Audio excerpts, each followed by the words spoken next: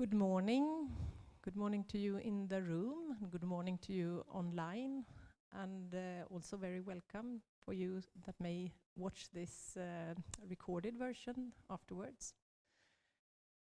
This is the second breakfast seminar in the series arranged by the Chalmers thematic area Ocean, where we try to connect the dots between all marine and maritime related activities across Chalmers. And for those of you who missed the first seminar that dealt with methane release triggered by ship passages, can watch that online.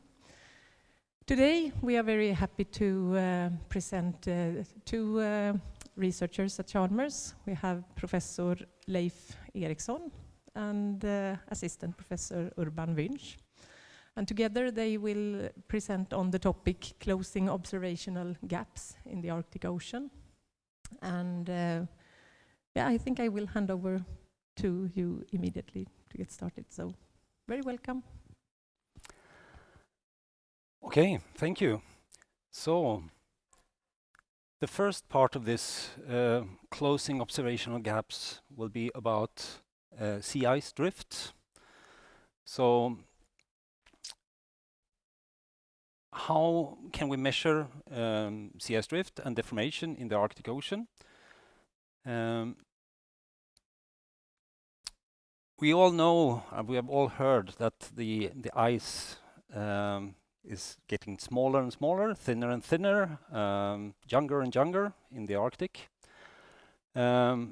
These are numbers from the National Snow and Ice Data Center in the US that have monitored the extent of ice, sea ice in the Arctic since the first functional satellite in '79.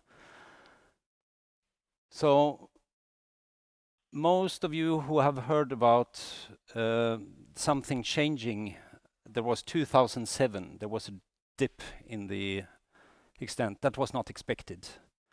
And it has never recovered after that. And that got worse in 2012. These observations are done with satellites, passive microwave satellites. They cover the whole Arctic quite frequently, several times per day, but not very, very high resolution. So why do we use microwave sensors? So the cloudiness in the Arctic is one reason. We have about 70 to 60% cloudiness in the Arctic. With optical satellites, you get nice images, you can get high resolution, but if it's cloudy, you don't see much of the ice. With microwaves, you penetrate through the clouds, so you can see the ice. So common microwave sensors are passive microwaves, radiometers, and radars. The radiometers typically have resolutions on kilometer scale, so 5 to 50 kilometers, but cover very large areas. While the radars, you can get down to 1 meter, but you cover smaller areas. So depending on what you want to look at, if you want to have this overview of the whole Arctic, then the passive microwaves are good. But if you want to look at more details for a ship going there on an expedition or so, you want to have higher resolution, and then these radar images are more suitable. So when we say sea ice dynamics, what is that? So the ice along the coasts is stationary, it does not move. But as soon as you get a little bit out from the coasts, you have drifting ice. And it's drifting because it's moved by winds and currents.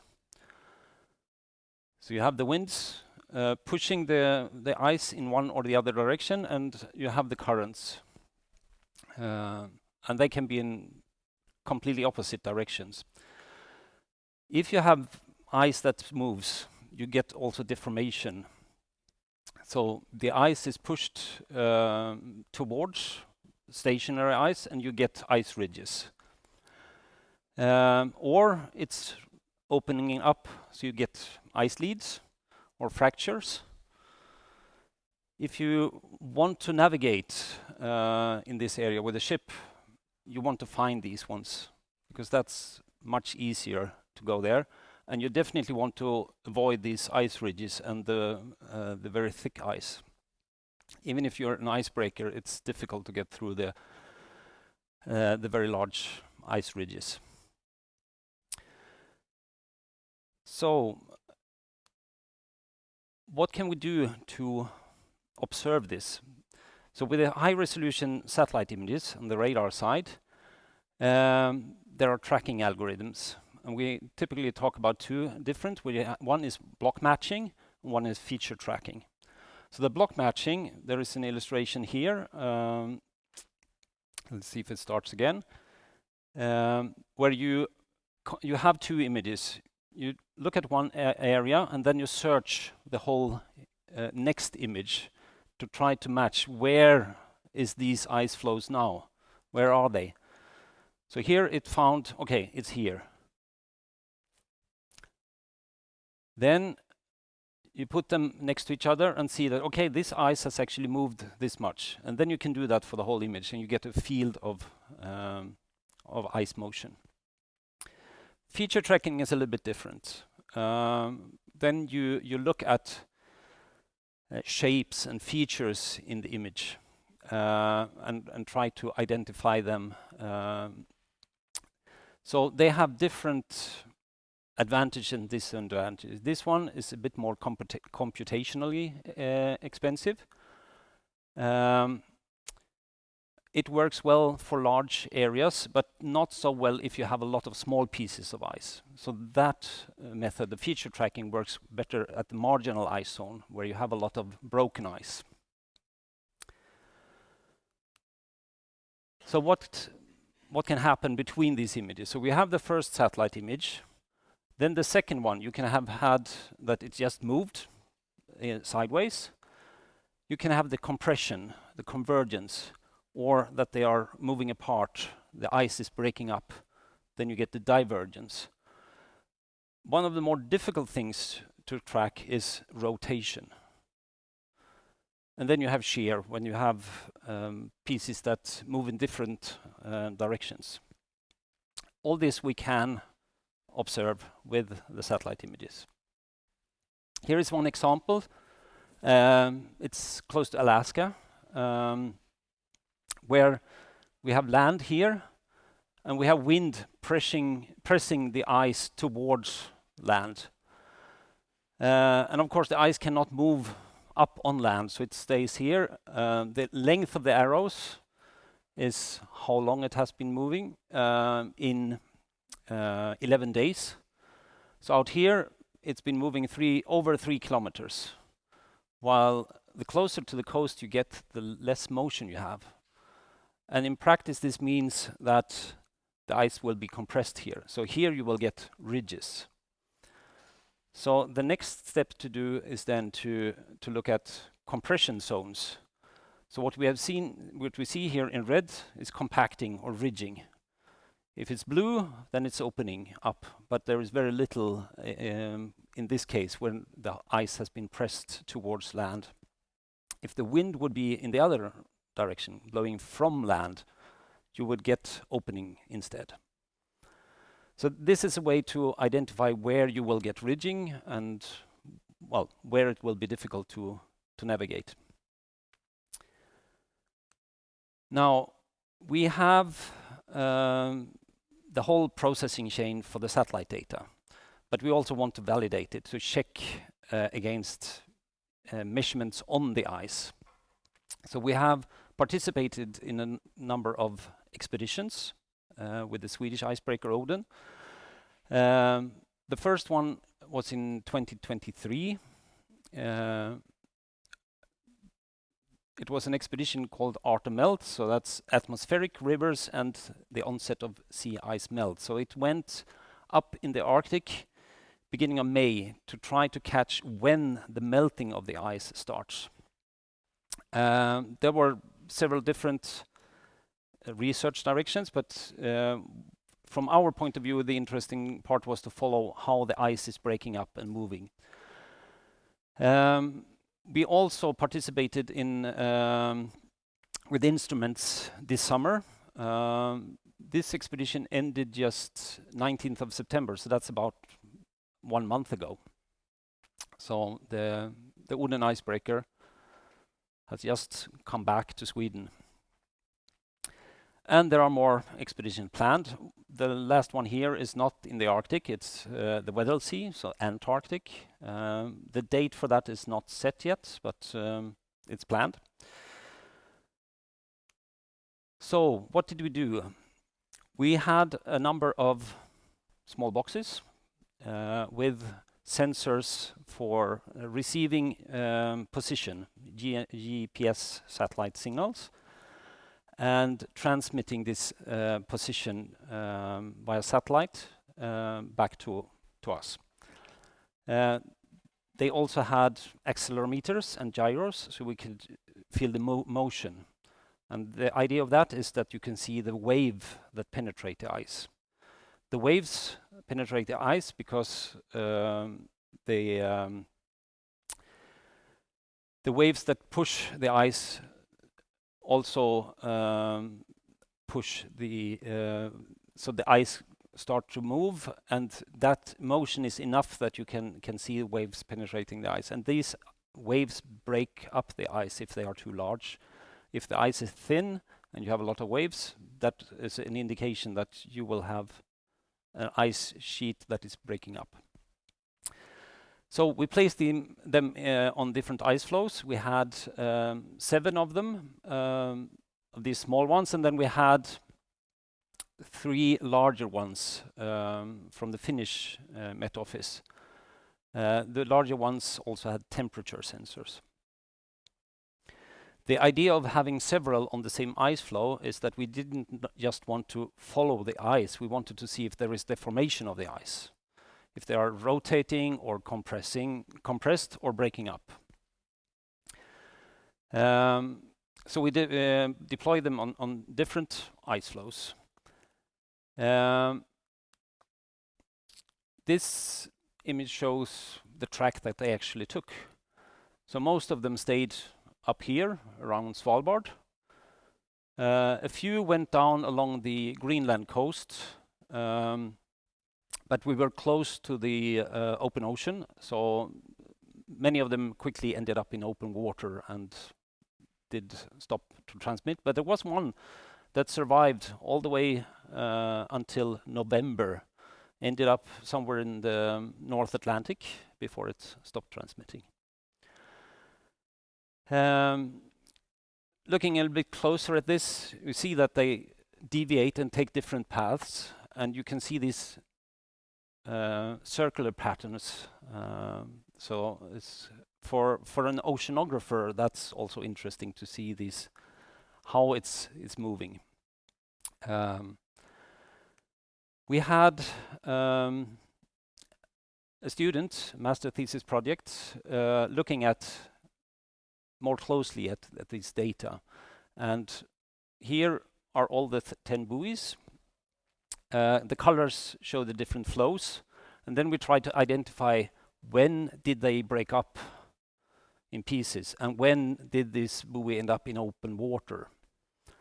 So here is one indication that this shows the distance between 2 buoys in pairs, and as long as it doesn't change, then they are close to each other. But here something happens. The distance between them start to change. That means they are no longer on one homogeneous ice floe. It has been breaking up. And then the distance becomes larger and larger, which means that these ice floes deviate from each other.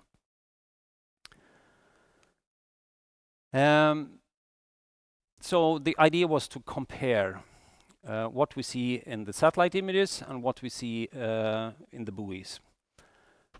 Here we have the track of one buoy. And you get every 30 minutes, you get a position. So you get very accurate, all the small motion it does. What we get from the satellite is just how much it has moved between two satellite acquisitions. And that can be half a day, or it can be 1 day, or even 2 days. So it's the average motion between that. So you get much more detail with that. But what you have with the satellite images is that you get everywhere. You get a field of motion. And you see that the direction here is not the same as the direction here. To get something similar with buoys, you would have to have hundreds of them. So with satellite data, you get the coverage. You can cover large areas. Yeah, maybe I should say also here. So the satellite images were taken with 25 hours difference, and in these 25 hours, the ice moved 15 kilometers. So we're talking quite long distances that ice is moving. Here we have a case close to the open water, and that's much more difficult.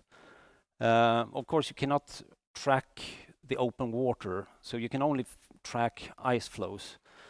So we have here more ice, and there we get arrows, but out here where we have more slush ice and things that are not, it's not possible to identify from one image to the next if it's open water or if it's just slush ice. We don't get any arrows there. The buoy is out here, which shows that it's moving around in the open water, maybe on a small piece of ice still. Then I said we had these accelerometers and the gyro. So we can get the wave pattern, the wave frequency. Here it shows the height of the waves that you identify from the motion, and here the period of the waves. So there is something happening here. The height of the waves get larger, and the frequency of the period gets shorter, which means the frequency gets higher. So this is an indication that, okay, here the buoy is on the ice. Here it's moving in open water. So we can use this to say, okay, now the ice has melted, or now the ice has broken up completely. And we see here, that's the location of the buoy. Here you have open water, and this is the ice edge. So we're really close to that.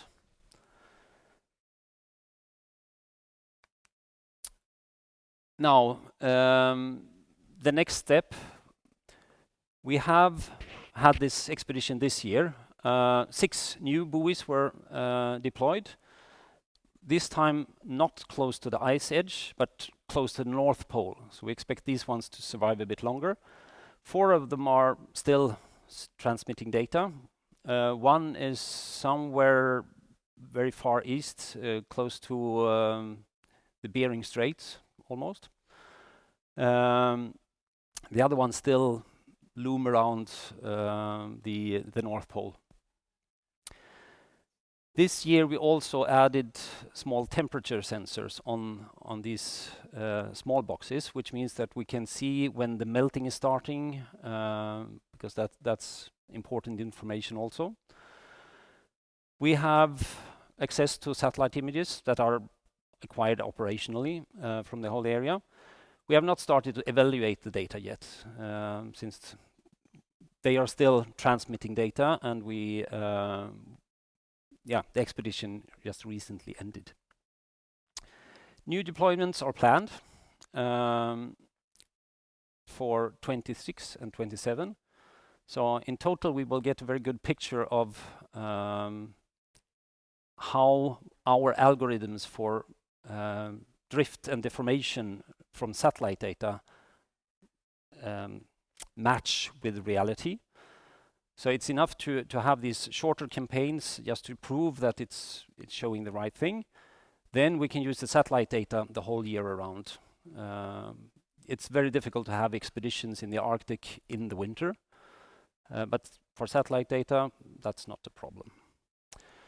So with that, I would just like to thank the Swedish Polar Research Secretariat. They are the ones who have paid for the expeditions, the icebreaker.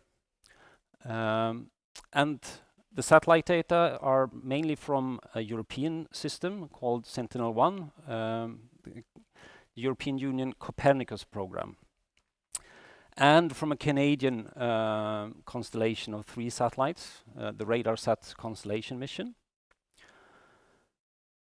So with that, I end my part of the presentation, and where I've showed one of the information gaps we have, and now I hand over to Urban, who will talk about a very different information gap.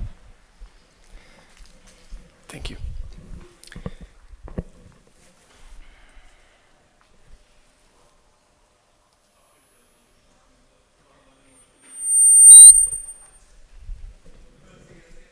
That was too close. All right. Also, a very warm welcome from my side. So today, I'll be talking about terrestrial dissolved organic matter in the Arctic. So first of all, I'll start with a brief definition of what dissolved organic matter actually is, because not everybody will be familiar with the concept. So conceptually, dissolved organic matter is simply any kind of organic molecule that passes through a 0.2 micron filter. You can think of this organic material as essentially life's leftovers, because this organic material originally is derived from biological processes, organisms, but since the material now passes through a filter, it is sort of divorced from the cells that originally had this as their contents, and so now we have life's leftovers. When we talk about terrestrial dissolved organic matter, we're talking about the fraction of that organic matter that originates from terrestrial plants or terrestrial plant matter and derivatives of that. Sometimes you'll also hear me refer to dissolved organic carbon. That's simply the carbon fraction. Of course, carbon is about half of this organic matter, but there are also other constituents, but mainly we're often focusing on the carbon bit. As you can see here in the satellite image of a coast, this organic matter luckily has different properties, particularly when it comes to its color. You can see here a organic matter pulse that came after a hurricane a couple of years ago, and you can see that the terrestrial organic matter can be easily distinguished by a Landsat satellite, because one of the wavebands of the satellite picks up the color of the terrestrial material, and it easily can distinguish between the more marine influenced material and the terrestrial material. And we'll be exploiting this particular property in great detail in our research. While this material is of course visible with satellites, there's great value in grab samples. And that's because we get an in-depth view both in the water column, but also in the composition. So now, is it okay? All good? Yes. Now let's focus from a more global view to the Arctic Ocean. The Arctic Ocean is quite unique as an ocean basin because it's rather small. This basin that you can see here with the surface currents superimposed is small by volume. It only makes up about 1.5% of the global ocean, but it stands out because when we look at the riverine discharge of organic carbon, it receives about 10%. So a disproportionately large amount of the riverine carbon is ending up in the Arctic Ocean. What makes this situation even more unique is that the Arctic Ocean is very stratified. So most of that carbon comes through rivers into the Arctic Ocean, and since it's fresh, not salty, it stays at the top. And so all of this carbon ends up in the top 150 to 200 meters for the most part.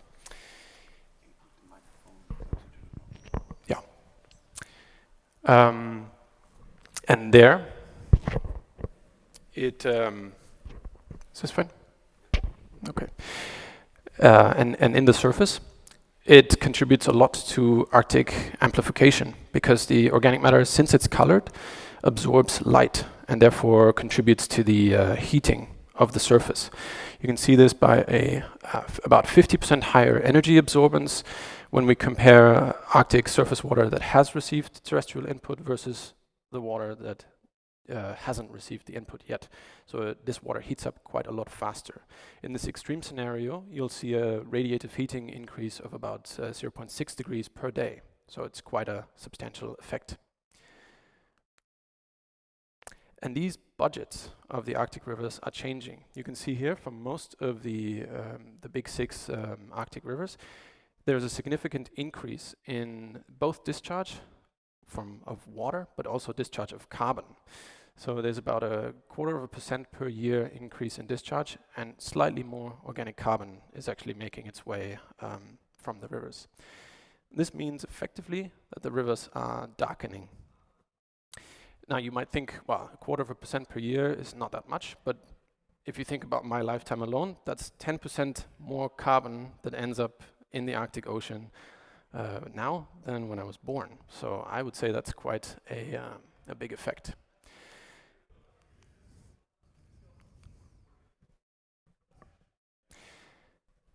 And unfortunately, you can imagine that what happens in the Arctic doesn't stay in the Arctic. A PhD student in our group published a paper last year where they used a tracer simulation that I'm going to show you here. It's going to take roughly 1 minute from 1993 onwards. So we're just pretending we're dissolving a tracer of organic matter from the Siberian rivers. And we're going to follow that in the top 200 meters, but also in the bottom, like below 200 meters. So I'm going to release this tracer right now.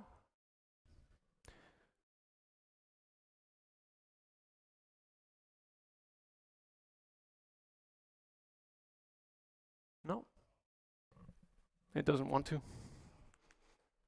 No, I'm sorry. Yes, so I'm going to just talk you through. We're going to release a tracer here, and you can see that the circulation, you would be able to see that the circulation pattern would slowly transport this organic matter through the Arctic along the ridge here, along the Greenland shelf, and once the organic material ends up at the between Iceland and Greenland, it actually sinks down to the bottom because of its temperature. So it starts to sort of go towards the bottom. And here, this material, this riverine organic matter, actually ends up in the deep sea. To this Denmark Strait overflow water, the Siberian rivers only contribute about 1%. So you could think that's not a lot, but this is a very large current. And about 10% of the original material that was released by the rivers actually ends up there. We can trace that with in situ sensors. So our question for the research that we're doing is, how can we effectively monitor this terrestrial dissolved organic carbon across the entire Arctic in time and in space? We have satellites, so we can cover the surface, but because there's a lot of sea ice, there are limitations to that approach.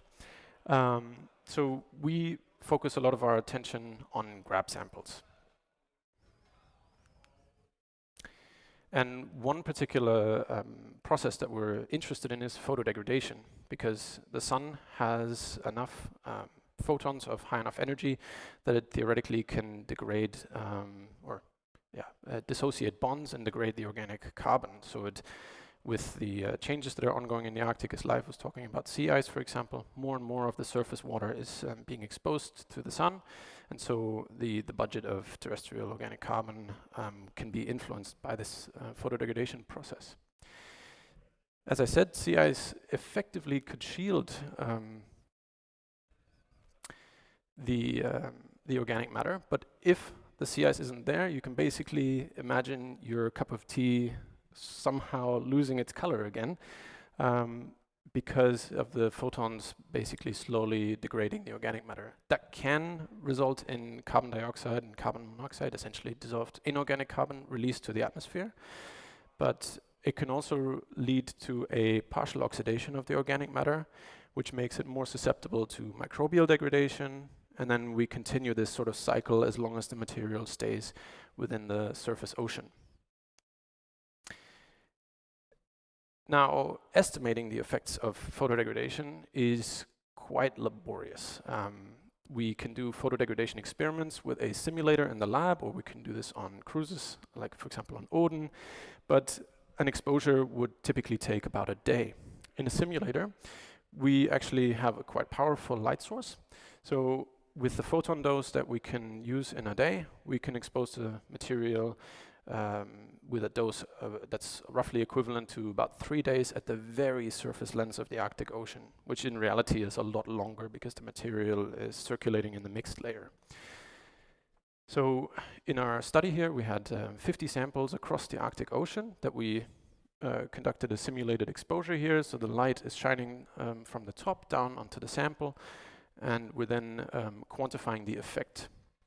What we do in our lab is measuring color properties of the dissolved organic carbon, both absorbance, and we also exploit fluorescence because it's two-dimensional, and the idea behind these measurements is that we get a compositional indicator of the composition of dissolved organic matter. But what the target of our experiment here was not to characterize the degradation itself, but to actually predict the outcome of the experiment, because that would allow us to use the properties of the organic matter, regardless of an experiment being conducted or not, to actually predict the outcome of the experiment. So we have a much larger possibilities to understand the photodegradation of organic matter in this case. And that's what we did successfully. You can see here we have a prediction and measurements, and there's a nice one-to-one line. And what we predicted was the so-called photosensitivity index. So this we established, so this didn't exist before. What it is essentially is the relative difference of photo bleaching, like a degree of photo bleaching of a sample relative to its initial color properties. In this case, we're basing this on three-dimensional fluorescence spectroscopy. So it's bleaching essentially what you saw in this glass, the color decreasing over the course of an experiment. So a number of 0.5 would indicate that we're losing about half the color of the sample over 20 hours of simulated exposure. And what this method here, this nice machine learning method called n-way partial least squares, allows us to do is to predict a future photodegradation based on the steady state properties of a sample before it's been exposed. So that's quite nice, because we don't have to do all these experiments anymore. With some assumptions, we can also use the photosensitivity index as an indicator of past exposures, because once a sample has been exposed, it is less susceptible to future photodegradation. But that, like I said, one has to do that carefully, because there are some assumptions about the source of the material involved. So with this, my last point on this slide is now we can go and do retroactive predictions. So we've actually conducted this study in 2022. That's when we did our experiments. But we have sample data dating back to all the way to 2012. Thousands and thousands of sample data points. So we can effectively now learn about photodegradation when we didn't even know we were going to do that. So this model is quite useful. And this is what I'm going to show you now. So first of all, I'm going to show you this here, an overview over Pan-Arctic trends in the photosensitivity of terrestrial dissolved organic carbon. These cruises here, very many different cruises, cover about 10 years, so don't think that this was conducted all in 2022. And what we're focusing on here is the so-called polar water. This has a temperature of less than 0 degrees and a salinity between 32 and 34. So this is the core of the water mass that transports the water and the terrestrial carbon from the Arctic rivers. And if we just focus on this water mass and go away from the source, the Lena River as one example of an Arctic river, we can see that the photosensitivity of the material initially doesn't really decrease. So it seems like in the central Arctic, because probably of sea ice, a lot of the organic matter is actually shielded from photodegradation on average. But once we go along the Greenland shelf, we see the photodegradation starting to have an impact on the photosensitivity, so the material is getting actively photodegraded. Yeah. But that doesn't mean that there aren't local trends in the central Arctic. So here I'm zooming in on one cruise. My colleague Rafa here was collecting all these samples, and he was very happy to learn about the photosensitivity of the organic matter. So we had this cruise track going from the North Pole and making a transect here. What this allows us to capture is the central outflow of the terrestrial organic carbon from the Arctic, but also a little bit of the inflow of Atlantic water. So we see a nice contrast. So I'm going to show you a brief overview, but we can focus on the polar surface water here. This is this really cold water mass, about minus 1.6 degrees Celsius, almost freezing, but not quite. And we have a relatively shallow surface mixed layer. That's the black line indicated here, where we have meltwater and a little bit of riverine inflow that sort of decreases the salinity, in particular in this transpolar drift that you can see here indicated by the DOM concentration. And what we saw with our photosensitivity, so that's where we can focus here, is that in the shallow mixed layer, particularly in the transpolar drift, we saw a very stark contrast between the surface layer and just underneath. You can't see the effects of the photodegradation yet in the concentration, but we can certainly see it in the character. So we now know that this photodegradation is going on, even though it hasn't really affected the concentration yet. And that's very different on the right side of this transect when we're not in the transpolar drift, which is the part of the current that actually doesn't carry the terrestrial organic carbon. So there are different processes involved here because this water actually recirculates before it reaches the shelf. So lots to look into oceanographically here. And now, to end my presentation, I just want to go to the source material itself, which is the Lena River, one of the larger rivers that contributes this terrestrial carbon. Here we were lucky enough to participate in a fascinating, really valuable long-term sampling campaign that was conducted primarily by the Alfred Wegener Institute in Germany in collaboration with the Russians, until we couldn't do that anymore. And what happened there was that someone was at this river every day for 4.5 years to take samples, comprehensive samples. So not just DOM, a lot of other parameters as well, to understand the biogeochemistry of this river. So I'm going to show a brief overview over the DOM characteristics in this particular campaign. So you can see we covered 4 years. This is the discharge, and you can see that in winter there is very little discharge of water. And then we have a sharp peak. This corresponds to the snowmelt. So in this period here, the river is actually covered by ice. Then the ice breaks up, we get the snowmelt discharge, and a summer rainfall discharge usually follows in around August. And then the river freezes up again until the cycle repeats. But you could sort of see that the seasons weren't all the same. So hopefully these 4 years actually covered some different trends. So now we can superimpose the dissolved organic matter concentration. Here I have a proxy, not the actual concentration, but the color of the material.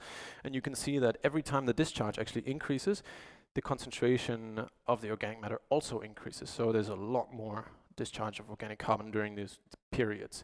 But even during the base flow conditions, when the river is covered by ice, there's quite a large amount of carbon that comes out of this river. Yeah, that's this pattern. And now I'm going to leave aside the discharge and just show you the organic matter concentration and our photosensitivity index.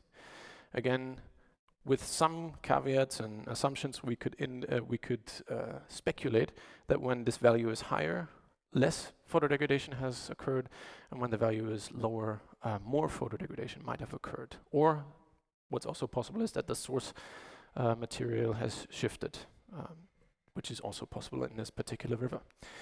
So for example, if we look at the first high discharge period, we can see that the photosensitivity of the material doesn't change.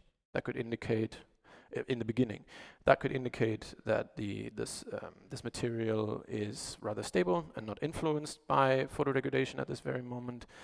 But when we go to the next period, the August rainfall discharge, we can certainly see that this material seems to shift in composition or in the amount of photodegradation that's occurring during this period.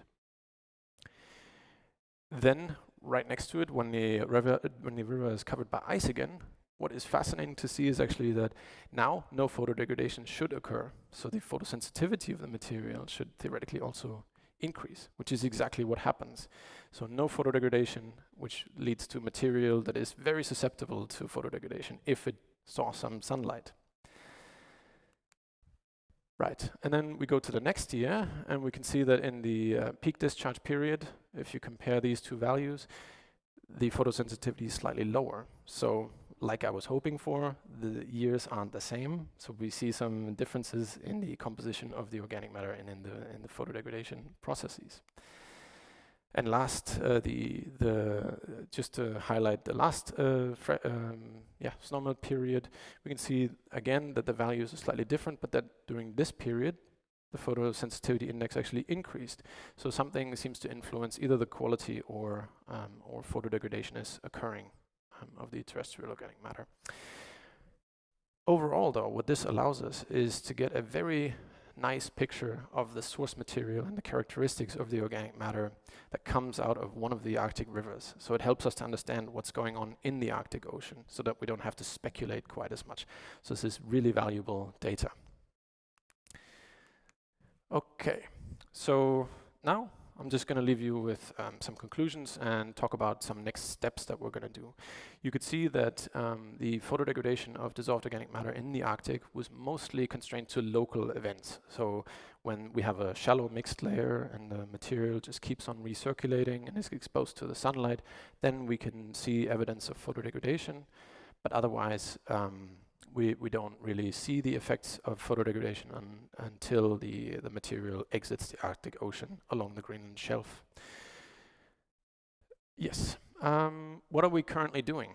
We're realizing that there's a tremendous value in scientific data that's been collected over the last, say, 10 to 20 years. So a lot of people across the Arctic have had a lot of research projects to measure optical properties of dissolved organic matter, but traditionally this data hasn't been shared. So we're putting a lot of effort into community toolboxes and making a data standard that allows everyone to benefit from historic sample data so that we can hopefully exploit similar models,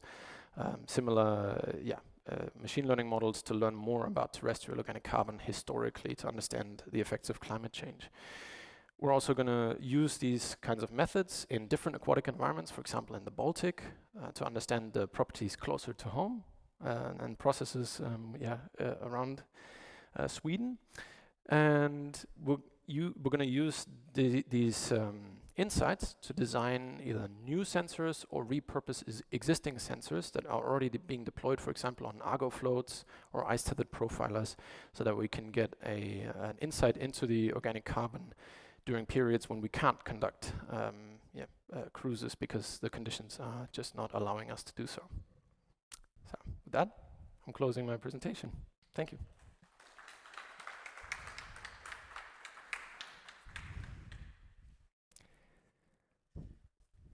Thank you very much, Urban, and thank you, Leif. I would like to invite you both up here again for some questions, if there are any.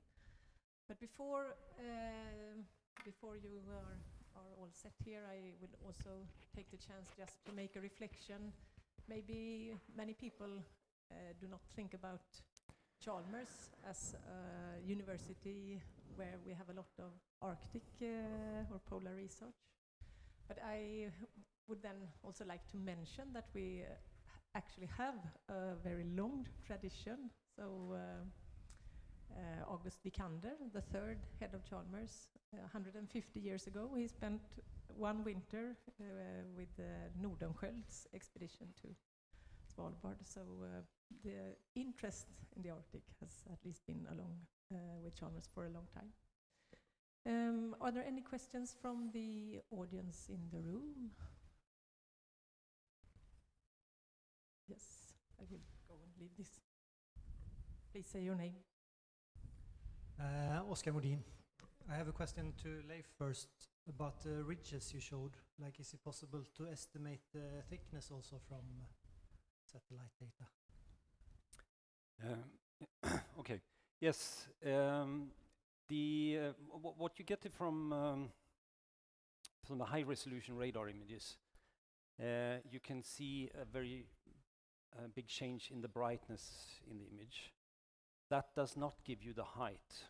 So to get the height, you need a different type of measurements.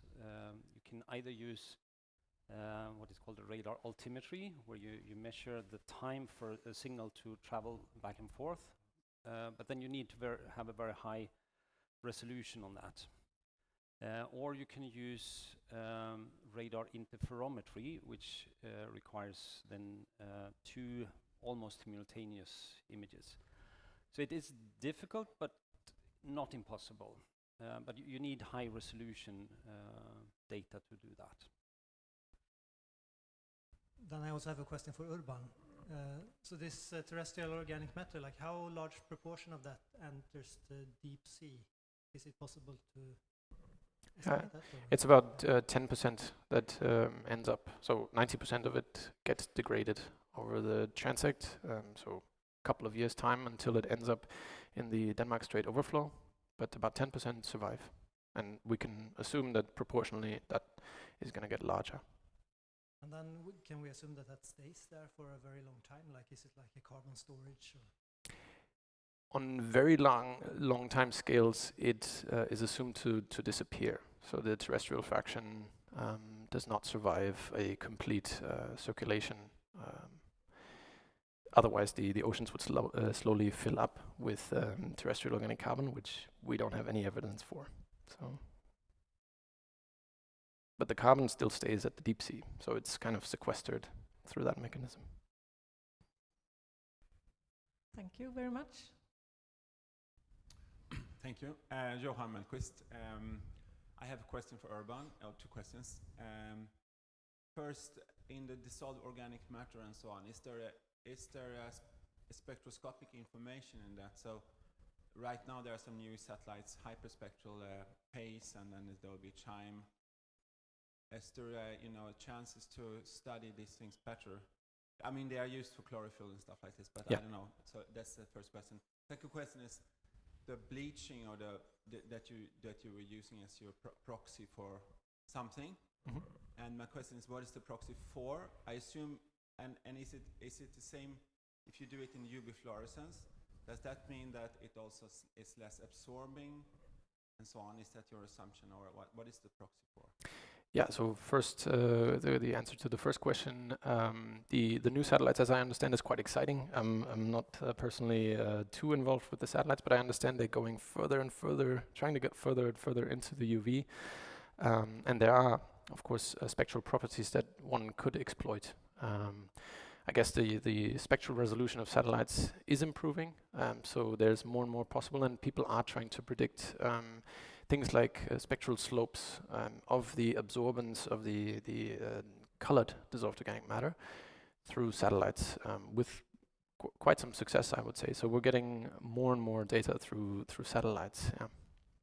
And can you remind me of the second question? The photo degradation, the bleaching. What is it the proxy for? Yeah, so right. I should have mentioned that actually one of the more frustrating things is when we talk about dissolved organic carbon, that the measurement that we conduct in order to get the concentrations has quite a large error. Because the concentrations are quite low, so 45 micromoles, or less than a milligram per liter.